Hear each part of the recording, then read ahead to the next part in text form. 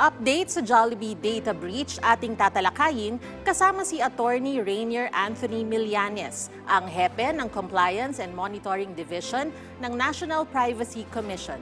Attorney Millanes, magandang tanghali po at welcome sa Bagong Pilipinas ngayon. Magandang tanghali po, Director Cheryl and Ma'am Nina.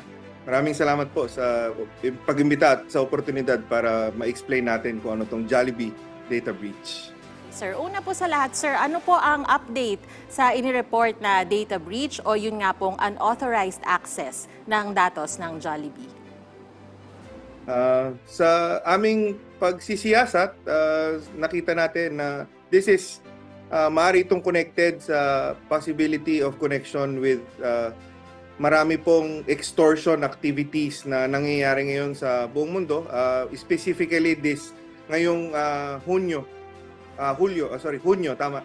Ngayong Hunyo na meron po tayong nakita around 165 companies around the world ang inaatake nitong similar na attack na nangyari sa Jollibee patungkol sa kanilang data lake o yung kanilang data repository ng lahat ng mga datos na personal at sensitibong personal na impormasyon ng kanilang mga clients or kanilang mga customers pagdating sa Jollibee Group. So, as reported po, this is affecting around 11 million customers, Director Cheryl and Ma'am Nina, no? Customers of Jollibee, Chowking, Greenwich, Red Ribbon, Mang Inasal, Burger King, Yoshinoya, and Panda Express.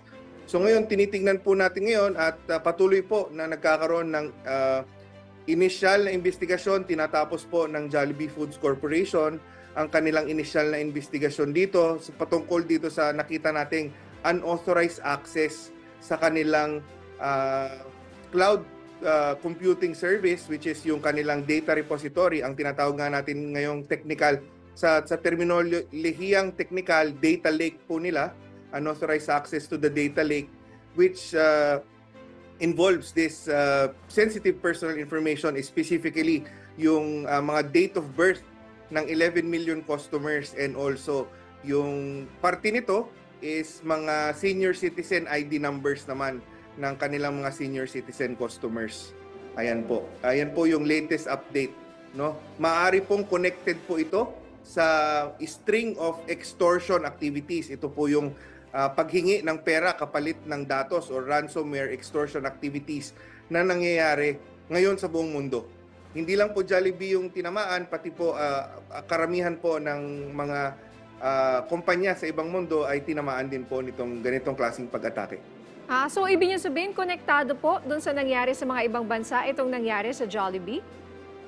Malaki pong posibilidad, Ma'am Nina. So nakikita natin kasi parehong-pareho po ang gamit na itinatawag nating cloud computing service, or ito yung cloud, yung cloud database na ginagamit nila. Parehong provider po yung nakita natin. And this specific provider ni Jollibee is also involved sa mga string of data breach sa buong mundo po.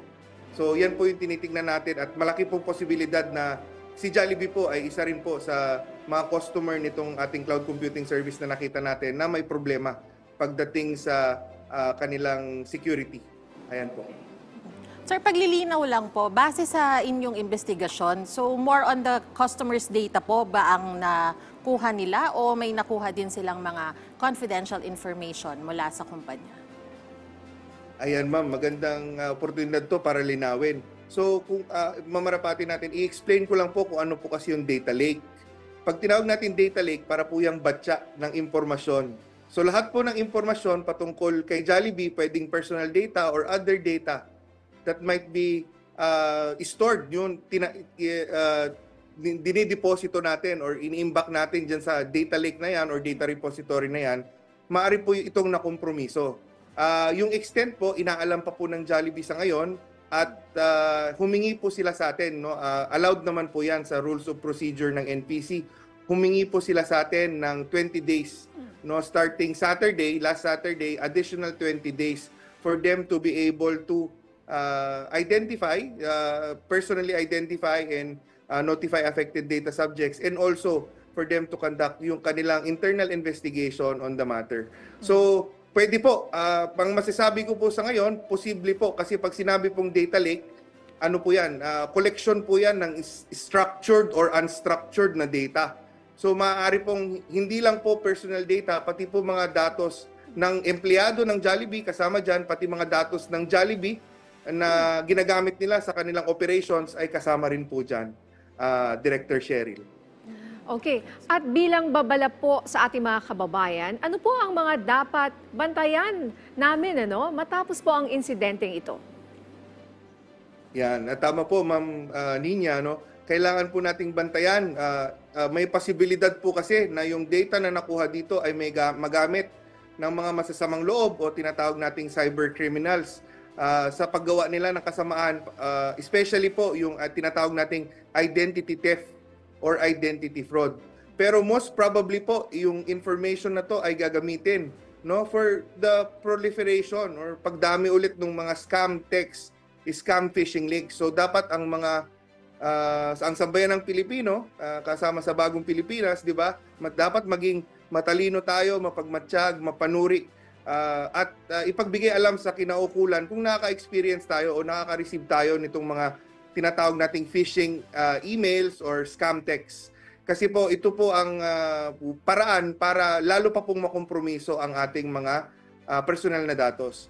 And also importante po sa mga ma-determine po ng Jollibee, ibibigyan po nila kayo ng notification, Obligasyon po nila 'yan na i-notify ang mga data subjects na apektado nitong personal data breach nila, customers nila itong 11 million, kailangan po nilang i-notify ito individually. So pag na-notify kayo, obligasyon din po ng Jollibee na pagbigyan kayo ng assistance sa pagdating dito sa pagprotekta ng inyong data. So dapat po ay i-demand niyo yan sa Jollibee basta naging biktima kayo or nasama ang impormasyon nyo. Obligasyon po ng Jollibee na tulungan kayo para maprotektahan yung inyong datos, especially po makapag-provide kayo ng stronger passwords na sinasabi natin and ma-enable nyo ang mga multi-factor authentication na yun na po ang industry standard sa ngayon. Okay. Attorney, meron na po ba tayong leads sa ngayon kung sino ang gumawa nito? At posible din po ba na inside job ang ganitong sitwasyon? So hindi natin ni-rule out, Director Cheryl, yung inside job. Patuloy po natin itong ini-evaluate at in parallel po, kasi sa amin po sa Compliance and Monitoring Division, kami po ay nag-evaluate ng mga data breach submissions. Pero in parallel po, ang ginagawa rin ng komisyon, meron kaming Complaints and Investigation Division. So in parallel po, sila naman po yung nag-iimbestiga patungkol po dun sa kung sino man po yung, and kasama rin po ang other law enforcement agency sa Pilipinas, PNP, Cybercrime, NBI. Sila rin po ay kasama natin para matuntun po kung sino po ang talagang gumawa nitong data breach na ito, yung nagtatago sa pangalang Spider. Ayan po. Ano po, Spider? Opo, yun po kasi yung nailabas sa isang kilalang dark web site, na ang naglabas po ng balitang ito, ng data breach na ito, ay ang handle name po niya is Spider po. Okay. Patuloy po natin hinahanap kung saan po siya sino po itong pagkakakilanlan nitong taong itong cybercriminal na ito, Ma'am Nina. Nasa Pilipinas po kaya ito o sa ibang bansa? Posible po na this is this is an international group, so posible po kasi yung string of hacking na nangyari is involving not only Philippine companies. Ang identified nga lang po ngayon sa Pilipinas is isa lang, si Jollibee. Pero sa United States, ang identified na nila is 50 companies sa United States. So, maaari pong isang international na grupo to na umaatake sa similar na paraan. So, yan po yung talagang binubusisi natin para talagang makita natin kung saan po, sino po ang may pakana at saan po nagmula itong personal data, itong pangyayari na unauthorized access leading po sa isang personal data breach. Mm-hmm. Para po sa ibang mga kumpanya, sir, ano po ang mga dapat nilang gawin ngayon upang hindi ma-hack ang kanilang system? Tulad na lamang po na nangyari nga dito sa Jollibee. Ayan po. So medyo sa atin po kasi sa Pilipinas, we are very much reactive of these things, no. Best way, no, lalong-lalo na sa mga kumpanya, alam niyo naman po nandito ang National Privacy Commission para i-ensure, no, like we have this compliance check mechanism, at pag nadaanan namin kayo, you will definitely pay administrative fines if you don't implement the proper security measures or yung organizational, technical, and physical security measures for data protection. Yan po ang sinusiguro natin at inaabisuhan ko na po lahat ng mga kumpanya na merong big data processing tulad ng Jollibee na mag-beef up na po kayo, mag-improve na po kayo on your cybersecurity. Huwag na po nating hayaan na pati po kayo, no, ay maging biktima nito. This will definitely cause damage to the reputation of your organization, among others. So, mas mabuti po maging proactive tayo and huwag tayong maging reactive na kung kailan tayo tatamaan, saka lang tayo gagawa ng paraan para protektahan yung datos. Kasi obligasyon po natin, at yan po ang sinisiguro natin na ginagawa natin ang obligasyon natin sa sambayan ng Pilipino, na pag pinunoseso natin ang datos nila, ay atin rin itong proprotektahan. Okay, sir, mensahe nyo na lang po sa ating mga kababayan. Ayan po, Director Cheryl, sa mga kababayan natin, no, tinatawag nating mga data subjects tulad ko, na tayong lahat, at tayo po lahat ay data subjects. So ang message ko lang po ay maging mapanuri tayo, mapagmatsyag at maging matalino tayo. We only trust, no, ang tangkilikin lang po natin yung mga establishmento, organisasyon na nagpoproseso ng data na tumatalima, no, sa Data Privacy Act of 2012 at sa mga batas na nasa Pilipinas bilang legitimate organizations processing personal and sensitive personal information. So para sa atin naman pong kapakanan, lagi po tayong magpalit ng password, pero mas mabuti po, no, mag-enable na tayo sa lahat ng accounts natin yung multi-factor or multi-factor authentication na tinatawag natin. Kasi po, ang masasabi ko lang po sa password protection, which is single-factor authentication, it is already almost 2 decades obsolete po. So kung meron po, may posibilidad po na i-enable natin ang ating mga multi-factor authentication, tayo na po i-enable natin to para sa dagdag nating proteksyon at proteksyon ng ating mga accounts kung saan nandoon ang ating mga personal na datos.